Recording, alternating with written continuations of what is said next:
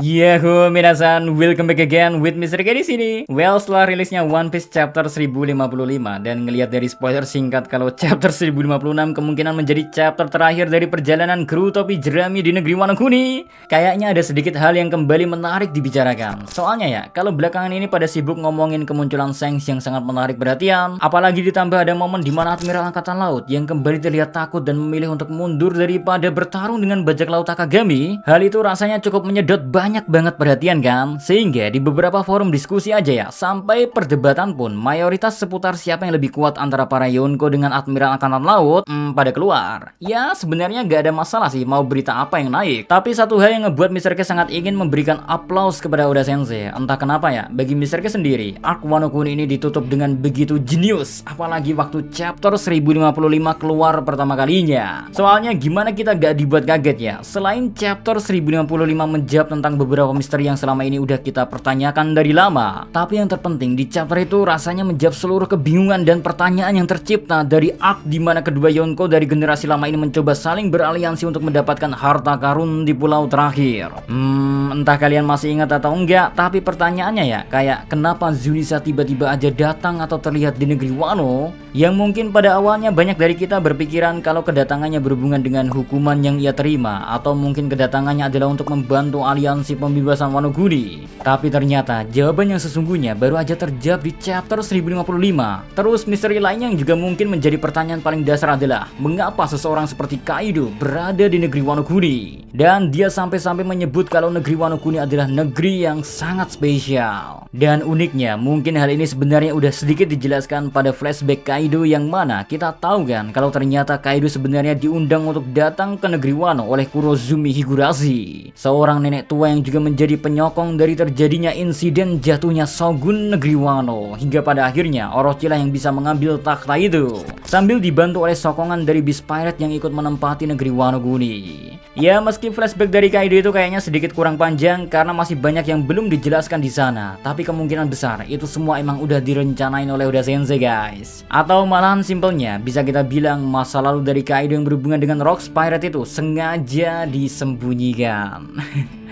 But balik lagi ke alasan mengapa negeri Wano yang dipilih oleh Beast Pirate sebagai base campnya mereka ya. Hal itu juga dibuat semakin misterius setelah sesaat sebelum Big Mom yang pada akhirnya berhasil dikalahkan. Di momen sebelum dia jatuh ke bawah, Big Mom sempat berkata tentang negeri Wano yang dianggap memiliki sebagian harta dari One Piece. Yang mana kalau kita tarik juga ke alasan kenapa Big Mom dan Kaido sepakat beraliansi, meski sebenarnya keduanya sempat memiliki suatu momen yang membuat hubungan mereka merenggang, namun karena satu alasan yang disebut-sebut bisa membantu mereka untuk meraih harta di Lauftel, mereka pada akhirnya mendeklarasikan untuk saling beraliansi satu sama lainnya.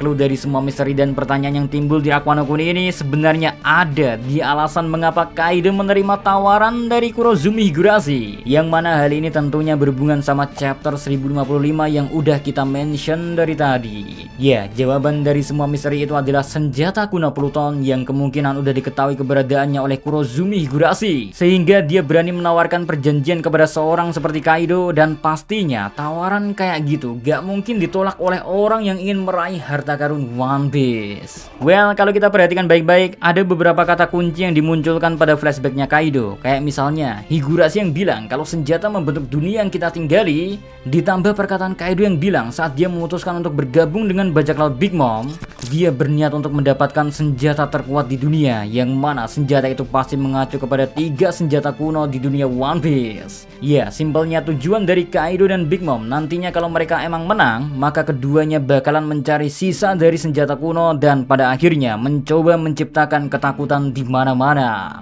Hingga pada akhirnya ketakutan itulah yang akan menguntungkan pihak Kaido dan Big Mom, karena mereka berharap senjata kuno bisa memberikan dampak yang besar, hingga pada akhirnya harta karun One Piece akan bisa didapatkan setelah mereka menguasai ketiga senjata kuno itu. Belum lagi kalau kita hubungin ke alasan Zunisha yang datang ke Wano, saat ini jelas sudah ya, karena keberadaan senjata kuno Pluton yang udah dikonfirmasi berada di bawah air, maka tujuan kedatangan Zunisha ke Wano adalah dikarenakan Zunisha mengira kalau Momo akan segera membuka dinding dari negeri Wano. Karena kemungkinan besar satu-satunya cara untuk melepaskan senjata kuno Pluton ya dengan menggunakan sang gajah raksasa itu, yang mana dia bisa dikendalikan hanya oleh orang-orang tertentu. Dan ini juga pastinya menjadi alasan kenapa Zunisha gak bisa diperintah oleh sembarang sembarang orang. Soalnya tugas membuka negeri Wano dan melepaskan senjata kuno Pluton hanya diketahui oleh para keturunan dari Shogun saja. Makanya tempat itu aja ya berada di tempat yang sangat sulit untuk ditemukan oleh siapapun.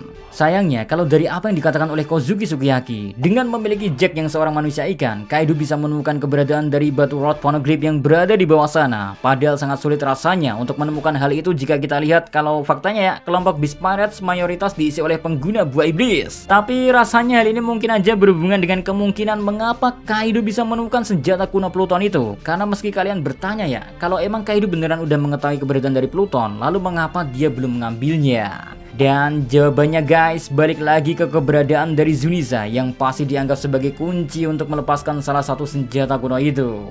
Ya entah bagaimana cara berpikir dari Oda Sensei, namun semua kebingungan dari misteri yang belum terpecahkan itu ya tiba-tiba aja terasa titik terangnya hanya karena satu chapter, yaitu chapter 1055.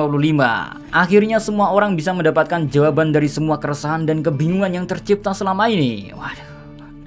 Sekali lagi Oda Sensei emang benar-benar membuktikan kelasnya dengan menyimpan dan menumpuk semua misteri hingga membuat semua orang bertanya-tanya. Lalu kembali dia mendatangkan satu chapter di mana semua itu menjadi masuk akal dan terjawab dalam seketika semua kebingungan yang awalnya udah lama terbuat sejak dulu.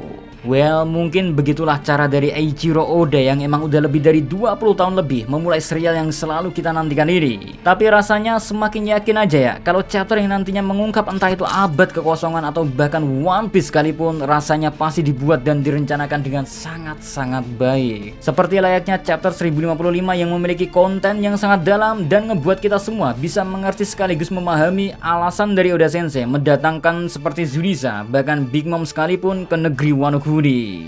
Damn, emang gokil sih ini mangaka. Oke, kayaknya cukup sekian aja dulu buat konten kali ini. So, see you next time. Adi sekarang Melo Station Salam.